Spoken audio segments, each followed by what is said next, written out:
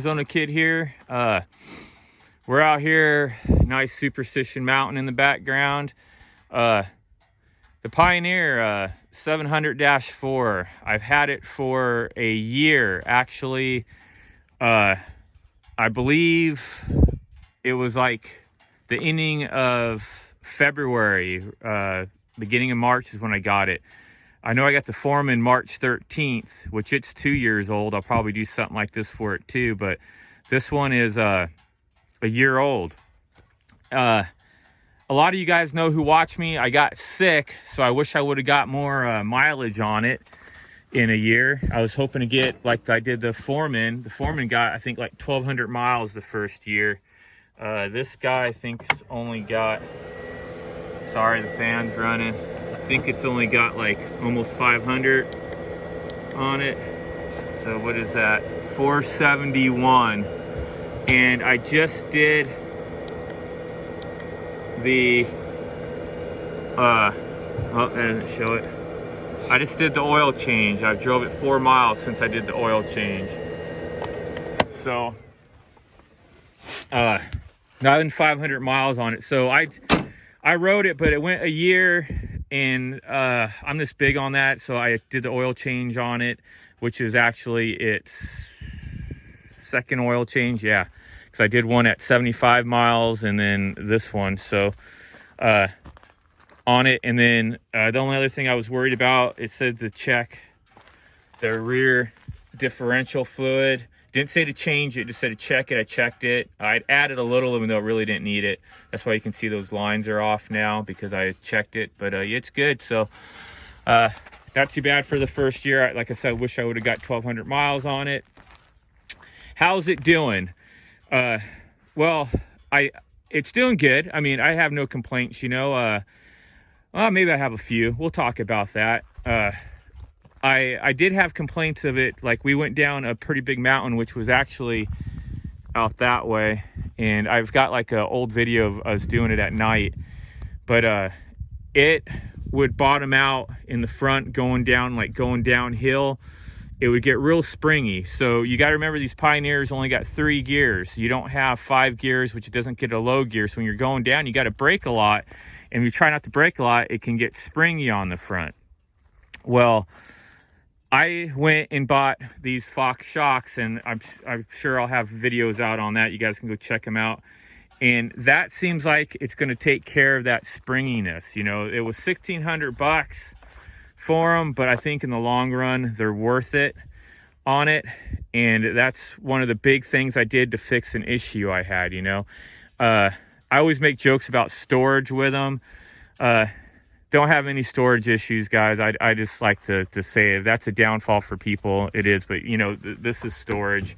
If you have a bunch of people back here, you can get the extended tailgate and all that. But yeah, I'm not really big on saying that anymore, because I know how to make it work, and hopefully you guys will learn how to make it work too. That's an issue for you. I did put these extra handles on it just to get in and out. There's one over there to hold on to, because all it comes with was the metal handle there. That's kind of a preference, I think. I'm going to get another set of them and put them right here for when I do have back passengers, so they can grab themselves to get in. Oh, I didn't see that. My little water bottle thing bounced out right there. That's not good. So this is supposed to be like that. Well, wonder what happened there. I went down tons of hills with this before and never had that happen. First time. Those are some else put on there. I had them given to me. They're from my nephew. Water bottles there. I don't got my O-Light I usually have up there. I left it charging on it. I put these bags on it. I got a video on these. These are awesome corner bags. I wouldn't even mind putting them back here for the back passengers, but I don't got enough back passengers to worry about it. Once again, that's just a storage thing. I know you guys have seen videos on the tires. I got these new tires on it. I love them. I think they're better than the ones that came stock. The one thing I don't have a video on at all, and I'm glad I'm going to kind of talk about it right now, is spacers. So this thing really feels like it can get like this way. I didn't like tipsy like this, you know what I mean? I didn't measure or look up the Pioneer 1000-5 to see its wheel spacing, but my friend with a Can-Am Commander, his wheel spacing was 3 inches more than what mine was stock. So I went and said, you know what, I'm going to put an 1.5 inch wheel spacer on each side and get the same stance he has and see if that helps. This is, once again, I'm out today. This is like one of the first rides using those spacers, but I feel like they're helping out. I don't think you can really see them in there at all because you got all the brakes and all that. Maybe the back, you can see them. I'm not sure. Yeah, there you can see it. You see the wheel spacers in there. The Foreman, I put red Loctite. I didn't put red Loctite on these. I did put Loctite though, just in case I didn't like them, which I think I'm going to like them. And if I do and they start to come loose, I'll put red Loctite. But so far, so good. I did put the sun's kind of drafting the shadow there. Let's get over here. We don't have a shadow.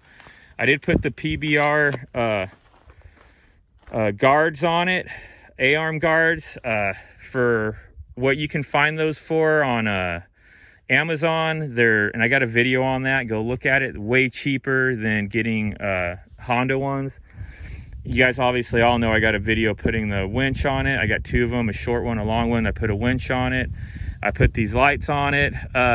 You know, if I was gonna go night riding more, I probably would put a bar up here and make it more brighter, but these suffice for my very occasional night riding. They give more than enough light off. If I was gonna be night riding, and that's like was my priority of riding, then I would put a big light bar on top, but it's not my priority of riding at night. So these suffice just fine. Obviously it didn't come with mirrors on it. Put the mirrors on. Those are actually Kimomoto mirrors. They're like an old style they have a new style, better style. On one of my videos, I think the bag video, I mentioned another guy that has a video of the newer style that are nicer. These are working though. These aren't having any issues, but yeah, other than that, I think, God, I'm rambling on because I'm trying to remember everything I've done to it. I've done, I put that on it. That's just my little phone holder. I did do the whole panel thing. I got a video of that also, guys, to go get that panel. I can't remember, it's 3D something, but that's a nice panel. It's got like 2 more switch holes here and another circle hole here if I want it. You can get different styles of those if you want. I did do that on it. What else? Oh, I put a floor mat in. I made that floor mat. I actually have a video of making that floor mat. And I also put a bed mat in it. I made the bed mat. And these are all out of horse mat. And they're super thick. They're thicker than the ones you buy from Honda. So you see that? It's like over a 1/2 inch thick. So, or you guys make up your mind, but these are just way thicker. And it was actually $80 for the whole big piece, and I just had to cut it out, and it did here and did the back, or did the front right here also. So you guys decide of $80. You go to any like a agricultural store, like places that sell hay or sell animal feed, and they'll have these horse mats. I'm sure everybody can find one in town. Even if they live in the city, you can find a store that has them, but they're just horse mats. So yeah, man, that was a lot. So that's everything I've done to it. Oh, I shouldn't say that. I did put the PBR mud things right here because it was always getting mud inside of this tube. I don't know why Honda didn't make their own. I got a video on that, so go look at it. And now let me think hard here. I think that's it. Other than, well, it didn't come with a shade on it. I put the shade on it. It is one from Honda.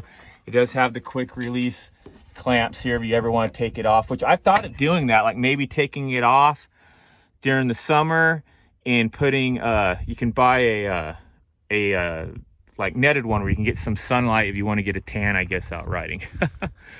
But anyways, that's everything I've done to it. And I've only put, like I said, I haven't hit 500 miles yet on it. Engine's not having no issues now. Noise, everybody always talks about the noise on it. it still has noise. It still squeaks like when it takes off, and it's the exhaust, guys. It's the dang exhaust mounts, possibly even a little bit of the engine mounts. I was hoping to have more mileage on it because everybody keeps saying it'll wear out. I'm hoping it'll wear out, but that squeaky noise is still there. I did do, I think I told you guys about that. I don't know if you can see it right there. I did, and it's not working out too good on this side. It seems like this side, that PVC pipe wants to pop out.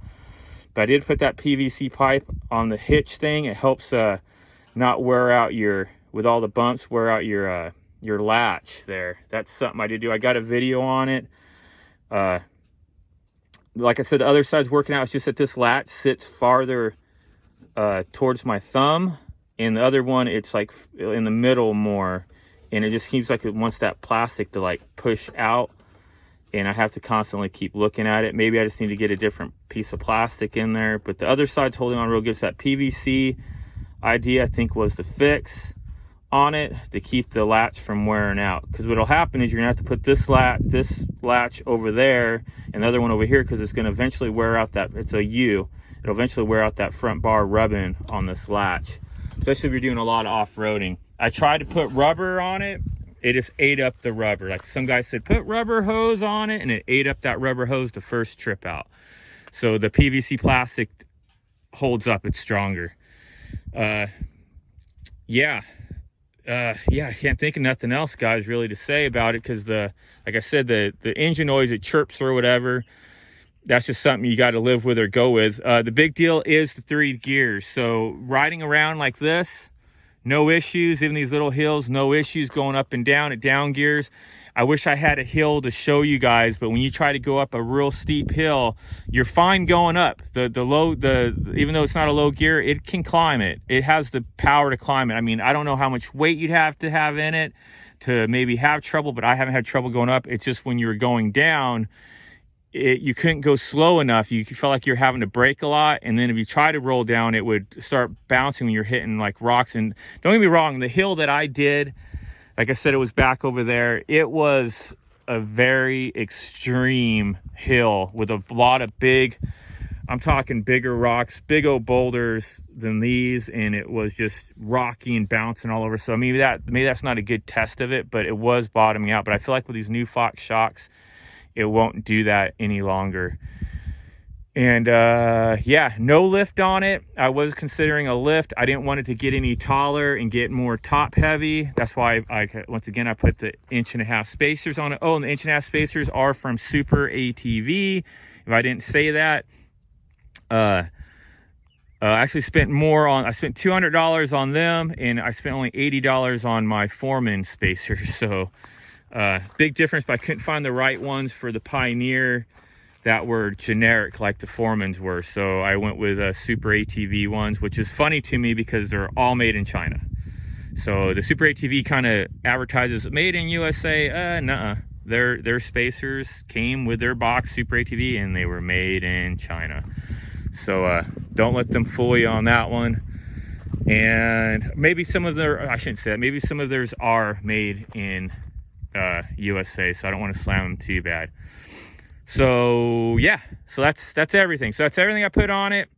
The only issue still having on it is the squeaking noise on the engine. I don't have any issues with lack of power. It does what it needs to do. Like I said, the only issue going down the hill was I wish it would go a little slower when it was that technical of a steep hill and that rocky. But I think the shocks will help the bounce, and you just got to know how to drive and try not to heat up your brakes going down, or don't go down a hill that steep or that long. It was a long, steep hill. And as for the bed plastic things, I think those PVC things will help it. If not, that's just part of owning, I think, a dump bed. I think you're going to have that issue on, doesn't matter if you buy Yamaha, if you buy Honda, whatever you buy that has a dump bed, Polaris, they're all going to have the same kind of latch. They're all going to have a vibration, and they're all going to have a wear mark. So that's one way to try to reduce it, but it's not like a Honda issue. It's a dump bed issue. And but yeah, so not much to complain about, guys. I mean, really not. You know, the squeak noise that's occasional when you're riding, it's not there. It's only like when you take off or when it first starts. It's just the engine vibrates more, and it makes the the exhaust squeak a little. Hope my sound effects did good, but that's the only complaint really. And it's not really a complaint. It's just I am hoping it'll go away, or those bushings will wear in and it'll go. But yeah.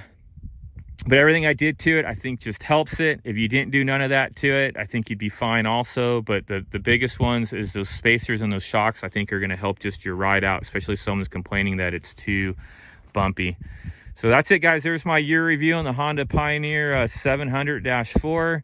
I love the machine. I'm not going to get rid of it. I'm probably going to keep it till the day I die, because I'm 47 and I don't see myself buying another one in the next 30 years. So by then I'm 80. Yeah, if I make it to 80, I'll be excited. So peace out, guys, and keep the powder dry, and we'll see you in the next one. Thanks for watching.